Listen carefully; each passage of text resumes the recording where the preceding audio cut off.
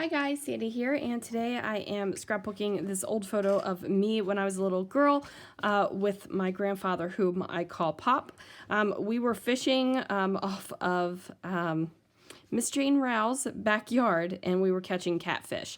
Now, this cut file is definitely not a catfish, but I wanted to use it, so let's see what I can do. I knew that I wanted to do something fun for the water for this cut file. So I've had this Recollections specialty paper in my stash for a while now. It is this gorgeous teal blue with these glitter polka dots on it. And it's just been there.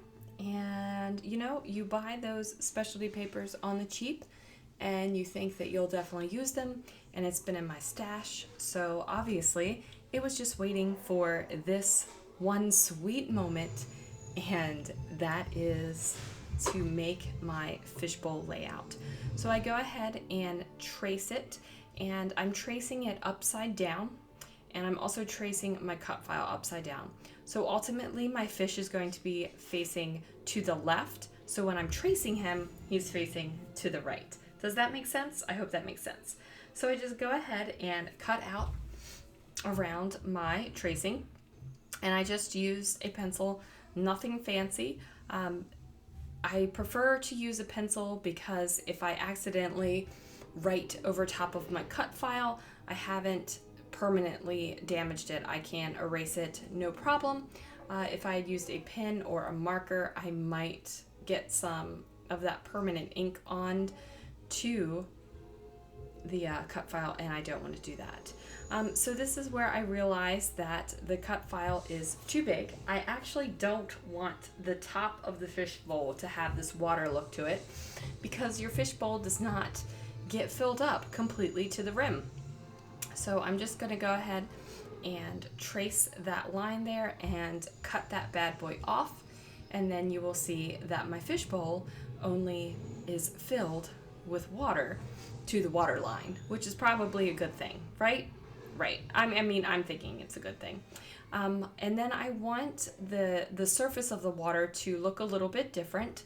So I go ahead and trace out the piece onto some vellum. And I make a mistake with this. Instead of cutting outside of the line, where the vellum would have plenty of room to stick onto the cut file, I cut inside the line. So I don't realize that until later on when I go to place the vellum onto the cut file, because I don't do it right away because, you know, I just don't. But I figure that out quicker at the end.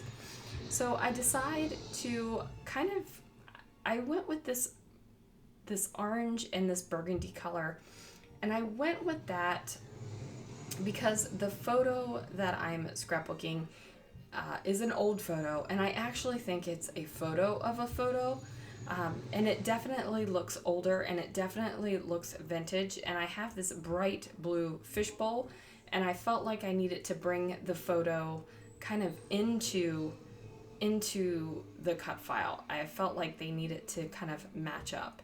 And now that I'm sitting back looking at it, the shorts that I'm wearing are a teal blue, and there's a big old rusty oil barrel with orange and red in it.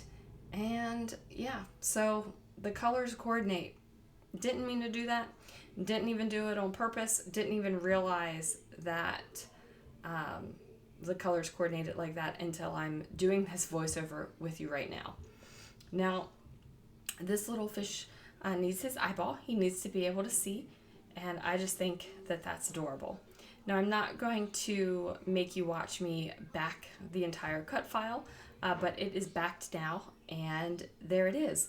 I just used some green cardstock for the seaweed. I did some gray for the rocks at the bottom of the bowl, and then, as you know, the fish is burgundy and orange.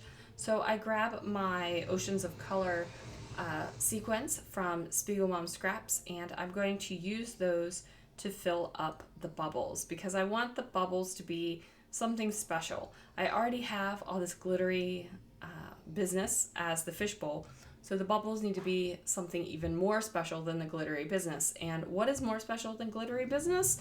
Well, sequins. Sequins are more special than glittery business. So I put one sequin each in each of the little bubbles, and then I just go ahead and fill the larger bubble with a smattering of sequins. And then that is finished. Now, to really make my fishbowl look like glass, I decided to use some plastic packaging to back the top of the fishbowl, because remember, my water doesn't go all the way to the top of the fishbowl, but there's still something up there, and that's the glass. So I go ahead and use a Zig photo marker. That's because the marker will not like rub off while I'm cutting it. So I just do the marker right over top of where I want to cut, and then I go ahead and trim that down, and then I'm going to add some liquid adhesive and glue that down to the top of the fishbowl. And I have to say, I'm really happy with it, like really happy with it. I am using my Nouveau Deluxe adhesive. That is my total favorite liquid adhesive, and it works great for backing cut files because it comes out in a fine line. Like there's not a big, heavy, thick line. So I just work on getting the placement for that, and that is going to do it for that part. Now I did add the little ring around the top of the fishbowl. I grab another sheet of that same maroon paper that I used to back the fish, and then I am putting my photo on top of that maroon paper. Now this is a very, very, very, very thin border, and I am totally okay with that. I just felt like I needed a pop of that red around the photo.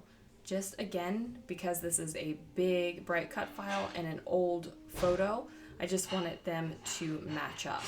Now ultimately I decide I would like to have a white border around this layout, so I grab my trimmer and trim in about 1 inch all the way around, and then I grab my khaki sheet of paper and I trim 1/2 inch off of 2 sides.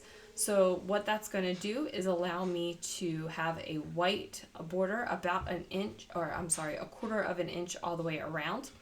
And I just lay that khaki cardstock down on top of it.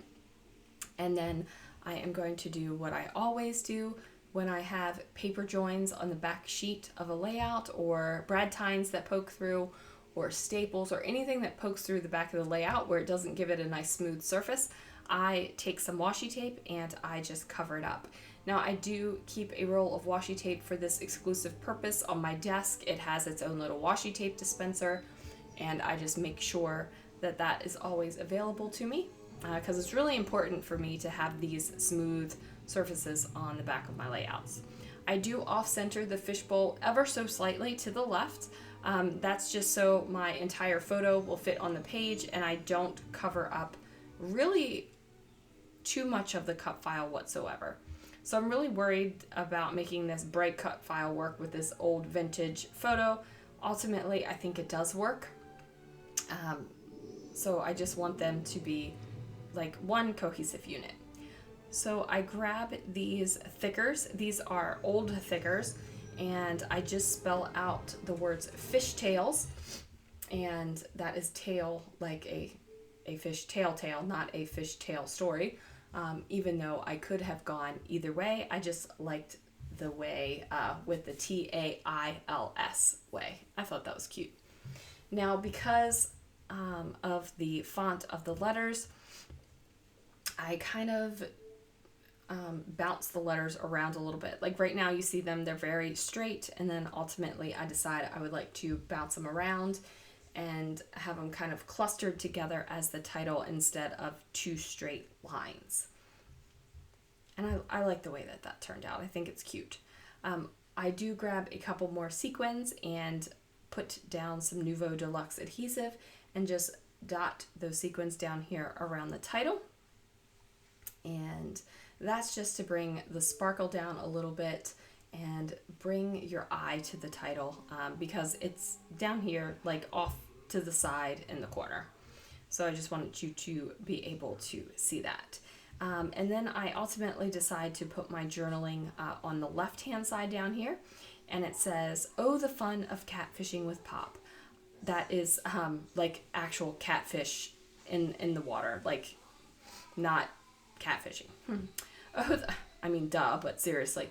The fun of catfishing with Pop. I remember going to Miss Jane Rouse' house and spending hours out back with Pop, just fishing away while my mom and Miss Jane visited together. On this particular day, I distinctly remember casting my fishing pole and promptly catching Pop's pants. He wasn't angry, he just pulled out his knife, cut the line, and set me up to fish again. And that's the way my Pop was. Like, I could do no wrong.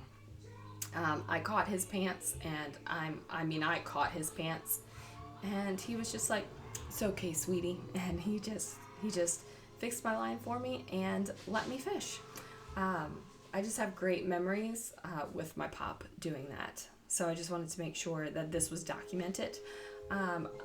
This will go into my personal album. This will not go into a family chronological album.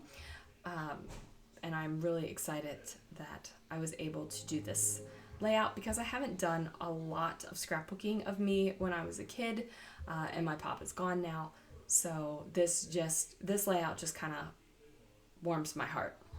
So there it is. Thank you guys so much for watching this layout. Make sure that you check out the Confessions of a Paper Addict Etsy shop and also the Facebook group.